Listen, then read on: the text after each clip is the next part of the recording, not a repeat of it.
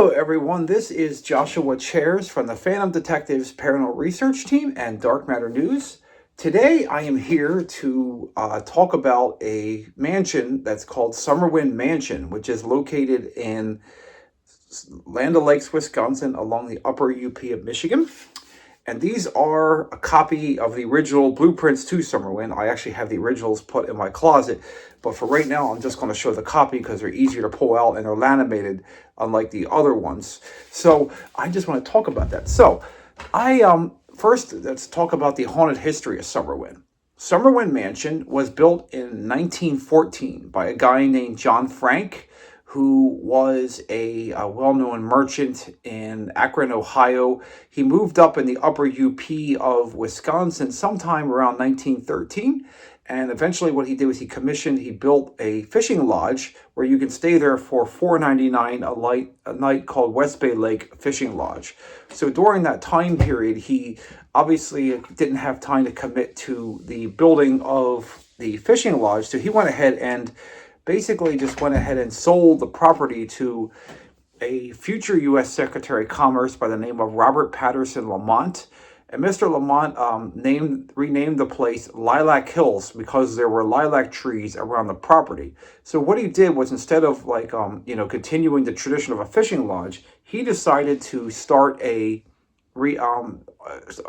employed architects. So he employed these architects by the name of Talmadge Tamaj and Vernon Watson to reconvert the fishing lodge into a mansion. And here are some of the original blueprints to Summerwind. I'll go ahead and show you just some of the sheer size of this place.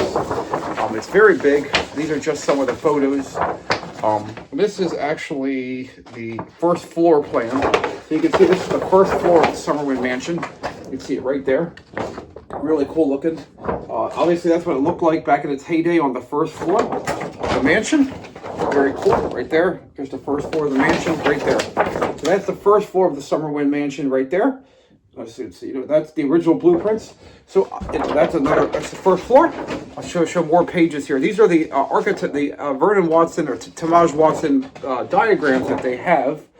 This is an exterior look of the house, the northeast elevation side. So this is the northeast side of the house. On the front, you see it right there. Really cool looking.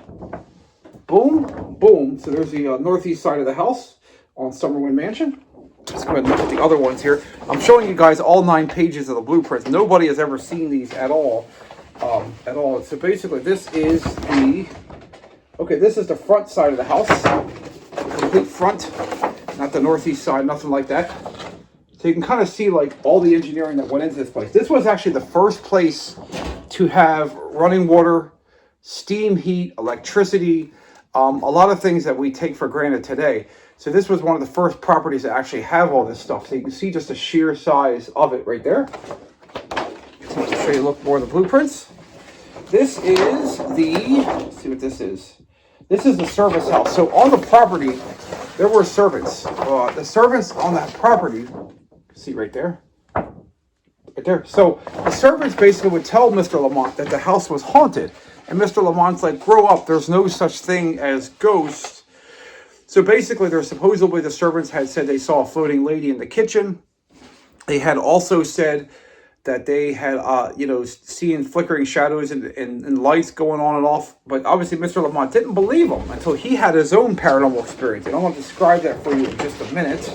This is the southeast elevation side. So this is looking at Summerwind on the southeast of the side. You can see just where it's elevated at. So this is the southeast side of the house. Pretty cool looking. It's also had arches underneath of it. And the portrait, so basically I'll show you some more blueprints. This is the second floor of the house. So if you guys ever wonder what the second floor looked like back in its heyday, you can see the size of the second floor was pretty darn big. Back then, obviously, it had multiple bedrooms. And I'm going to explain more about the second floor when we get later in the video.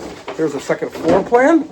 Here is the basement plan. So, obviously, the basement is still there at Summerwind.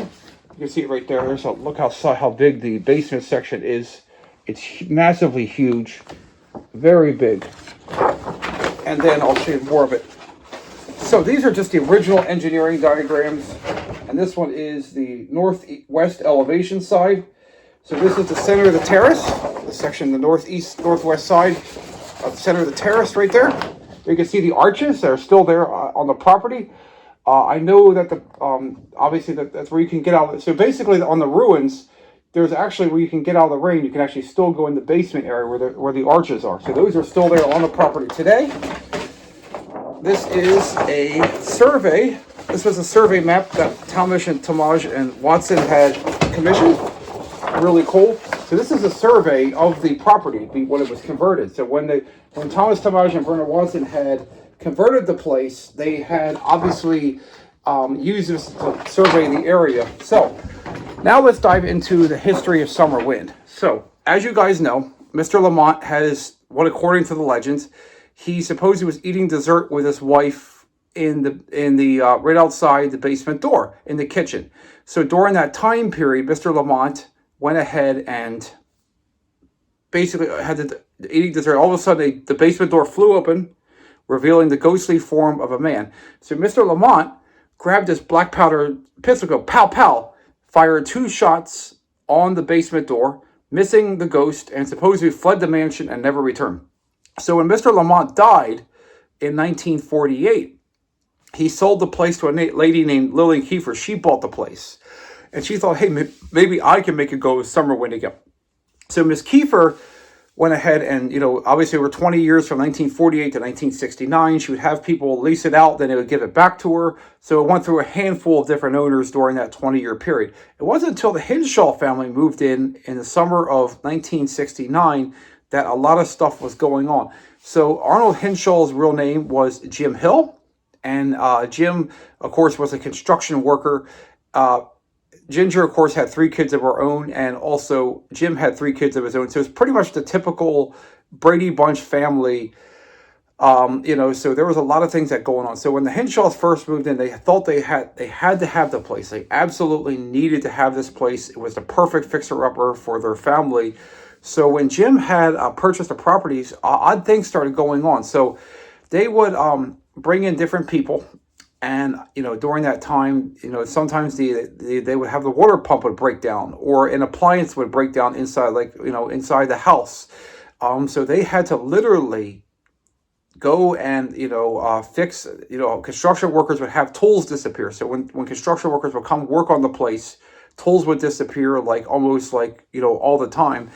There was also supposedly reports of Arnold's car catching on fire. And, catching right on fire, that was pretty wild during that time. So when Arnold's car caught on fire, there was also a lot of things that had happened. Supposedly, there's a book called The Carver Effect, a paranormal experience written by Wolfgang von Bober in 1979. That Arnold suffered a mental breakdown. He played the organ at all hours of the night. And of course, the Hinshaws also had basically a lot of other things going on. There's flickering shadows. They saw the floating lady. There was voices being heard. So supposedly during that time period, there was a crawl space in one of the bedrooms. So Jim Hill went ahead, shined his flashlight in there, and supposedly they had found a skeleton with black hair. And they sent their daughter, April Douglas, is known as Mary in the Carver Effect book, inside the crawl space. And there she found a skeleton with black hair. But what's interesting was the Hinshaws never reported this to the police. And when they did a day afterwards, there was nothing there. So whether or not that was there, I have no idea. But when Mr. Hill started playing the organ, he played a Wurlitzer organ that was inside the house to all hours of the night. He went ahead and, obviously the whole family was terrified. They stayed in one room in the house instead of their bedrooms. There was a lot of, very uneasy feelings about the place. So literally, Ginger supposedly tried committing suicide, according to the book. And there was also a lot of other things going on. So the Hinshaw family fled the mansion around 1970, 71. And they never returned. And, supposedly the place went back to Miss Kiefer again. And then there was Ginger Hinshaw's father, Ray Von Bober Sr., who was a popcorn vendor from Chicago. Mr. Von Bober thought this would be the perfect opportunity to fix up the mansion as a project for him and his son Ray. And of course, Ray is a friend of mine. He had just gotten out of the military.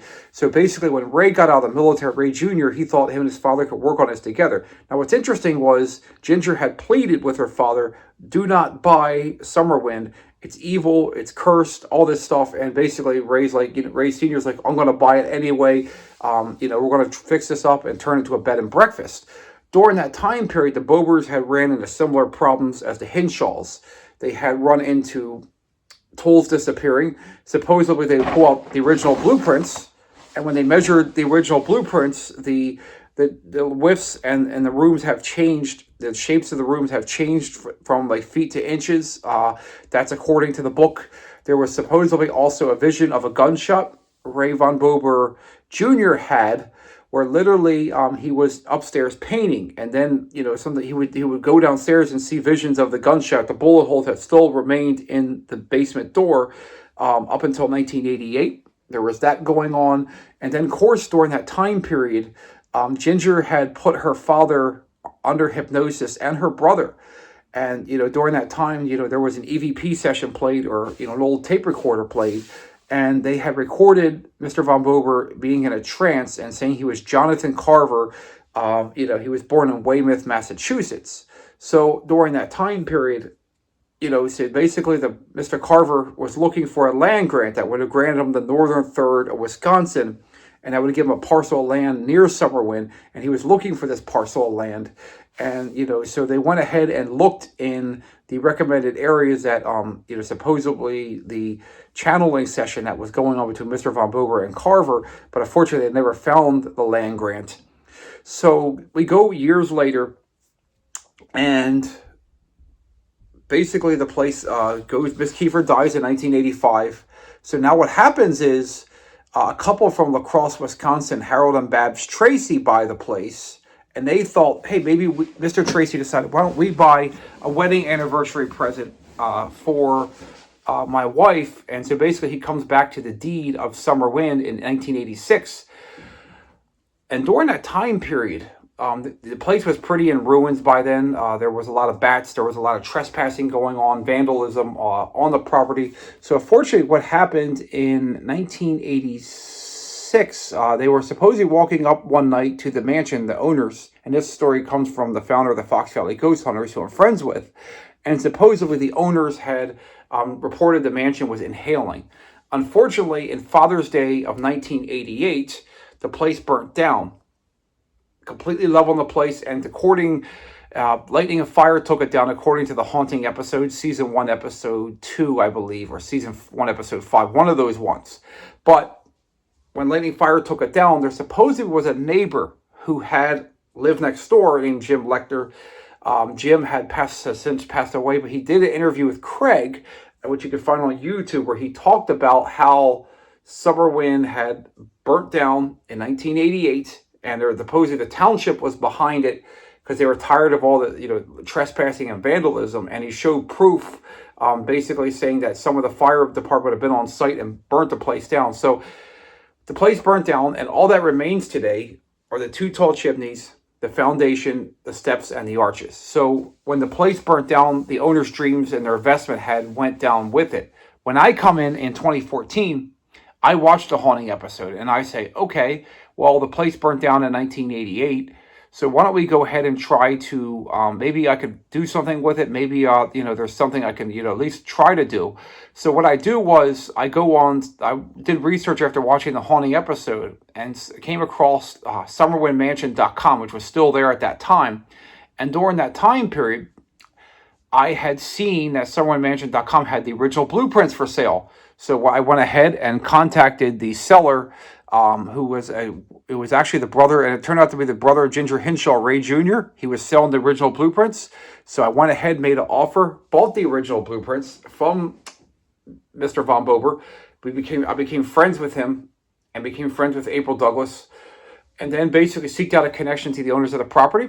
Came across Craig Naring from the Fox Valley Ghost Hunters, and then we created the Summerwind Restoration Society in June 2014.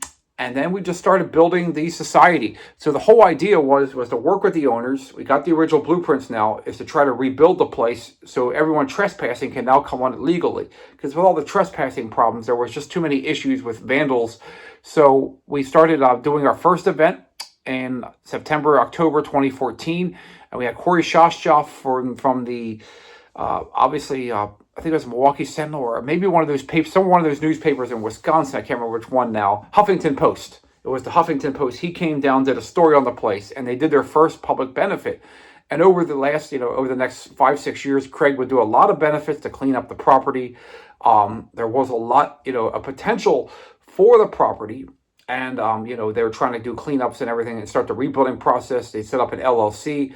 They collected a lot of money. But unfortunately, what happened was there was no interest in the project, which is a shame because I worked very hard getting it into like magazines, newspapers. I was working from Pennsylvania, but I saw the potential of the project. So what I did in 2017 was contact Jeff Belanger from Ghost Adventures. He produces many ghost hunting shows on television. And unfortunately, he had ran into a similar problem that we did. So, that unfortunately didn't work out. So I also then tried contacting Discovery Channel. So we were very close to having an updated part 2 of the Summerwind story in 2020. Unfortunately, it fell through during the pandemic due to budget cuts. But that was our last attempt to make it. Unfortunately, I've heard as of September 2024, Summerwind, the property was sold to an investor for $400,000 or $500,000 as it sits, and supposedly they're building a new property on it. So it's a shame that the place is going to have a new house on the property, but we have the original blueprints, and maybe someday we'll be able to rebuild it somewhere else. But I miss Summerwind dearly. It's a project that's very special to me and dearly that I love, and I'm very passionate about it. So I just want to give you guys, my involvement in the Summerwind story, how I founded it, the restoration efforts, and how I put it all together. So I just want to thank you guys so much for this video. I look forward to seeing you on future videos. This is Joshua Chairs from the Fan Detectives Paranormal Research Team, and I hope you have a nice day.